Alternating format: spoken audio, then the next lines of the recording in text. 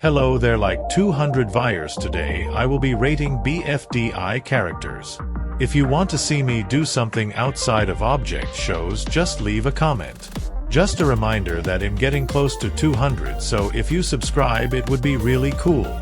Anyway, let's move on from that and start talking about 8-Ball, and honestly his 8 gag got annoying after like 2 episodes and he hasn't competed in like 6 years. He's an okay character, but the 8 thing brings him down a lot. Next up we have Blocky, and I like him, but he didn't do too much in BFB. I'm conflicted on which show he went to. On one hand I'm sad he got last in post-split, but on the other hand I know he would have gotten worse in Teapot. I'll put him in B. He's good, but not very relevant. On the other side of this we have Barfbag, who went to Teapot, so she should be doing things right? Right. Well, technically yes, but for me she isn't specifically that good. Maybe if they expanded on the zombie thing over the course of a few episodes I would like her more, but right now, right in the middle, nothing bad about her, but also nothing good. Now we move on to the detective of episode 12, Basketball, and she is one of the epic characters since there never seems to be a boring moment with her, whether it is her issue with one rivalry with Golf Ball or Robot Flower. However, she just barely misses the line for S tier. Next up we have Belle, and she is just boring. I can't think of a simple good thing about her. She doesn't really have much going on, so I'm hoping that just like Bomby, who I will talk about in a few minutes, the one plot makes her more relevant. Anyway, another thing that bugs me is how much hype there was for the top of Belle's string, only for it to be made so boring, literally only being used for cake at stake and a few bits, but I will give her the benefit of the doubt and put her in C tier. Now Black Hole is in a very weird position where he can either becoming amazing or horrible in just a few seconds. Like, I didn't really notice him in BFB, but in Teapot he became a horrible character with his whole death thing, but I will say he slightly improved in Teapot 10 after that talk with Fanny, so I think if they keep him on this path he can move up, but for now I will keep him out of F tier and instead put him in D tier, with 8-Ball where a lot of bad characters go. Up next we have another amazing character, that being Blocky, who had always been quite funny. He was good in BFDI, and it's a shame he missed BFDI-A, but post-split is where he really shined, having arcs with Taco and Woody, and honestly if there's another season with Blocky reuniting with Pen and Eraser Oswell, I'm excited to see how Blocky's groups clash. Definitely an easy S tier. Now we move on to World Famous, recently eliminated Bomby, and honestly I disliked him quite a bit in BFB and it never got any better in Teapot. Like Belle, I am hoping the one plot makes him better, but he will go D tier for now, unlike Belle, since being an annoying character and not being a good character are two different things entirely. Coming up next we have Book, who was all over the place throughout the different seasons, from me really liking her in BFDIA, to being conflicted on where to place her in BFB, to being a decent character in early Teapot, and finally to once again being an amazing character in Teapot 10, and that's what I like about just not in that episode. It made every character that still hasn't been eliminated better. Coming up next, the silly object bottle, and honestly she's fun to have around, but in terms of plot relevance she hasn't really done much. Even in this new arc with Eraser it's mainly one-sided, since as we see in Teapot 12 she is given plot armor from Eraser just to annoy him. Can't put her any higher than B, due to barely having a story.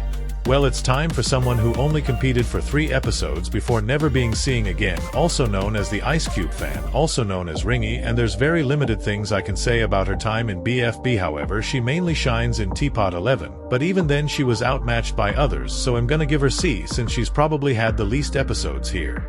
Time to pop Boable's bubble, as she was a pretty good character in the first season, but over time she just got more annoying to watch and Iance definitely made it worse. She was definitely a complainer, so I will say C tier. However, there is a good chance if something does not change then she will definitely move down on the list.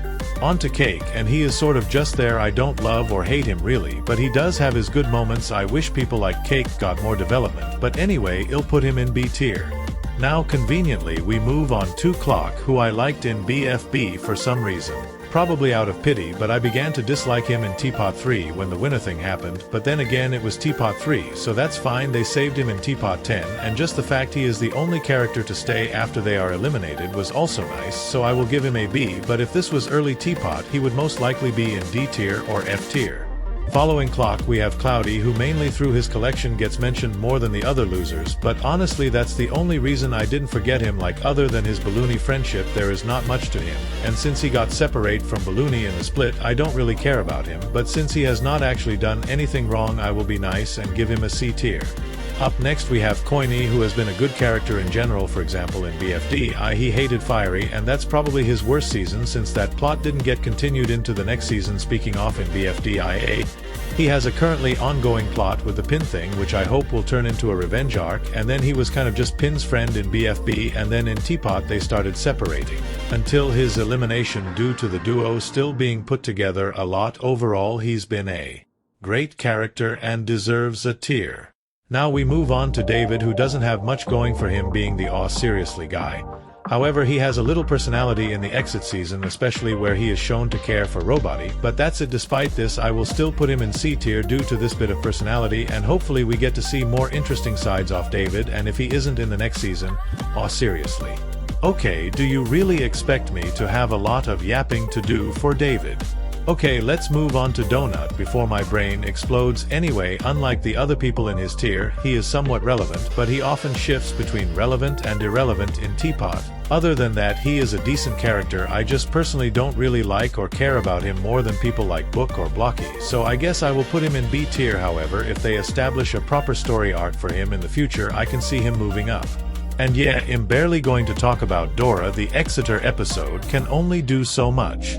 No, with Eggy, she had some of the most wasted potential in Teapot. After an arc was hinted with her and Teardrop, I had high hopes for her, but all she did was argue with her team occasionally and then got eliminated, leaving me and a few people quite disappointed. Hopefully they can fix it with maybe some elimination area scenes or something. Anyway, she and her wasted potential can go to B. Next up is Eraser, who definitely cooked this season. Not only is he just funny in general, his rivalry with Teardrop was so fun to watch and definitely one of the best in the series, and Eraser's character development was done well, eventually ending with him missing Teardrop, eventually leading to the bottle thing, which I am sure Eraser will carry that even if he does become a punching bag, which will be quite funny. Anyway, this is definitely an S tier, so he can join his bro.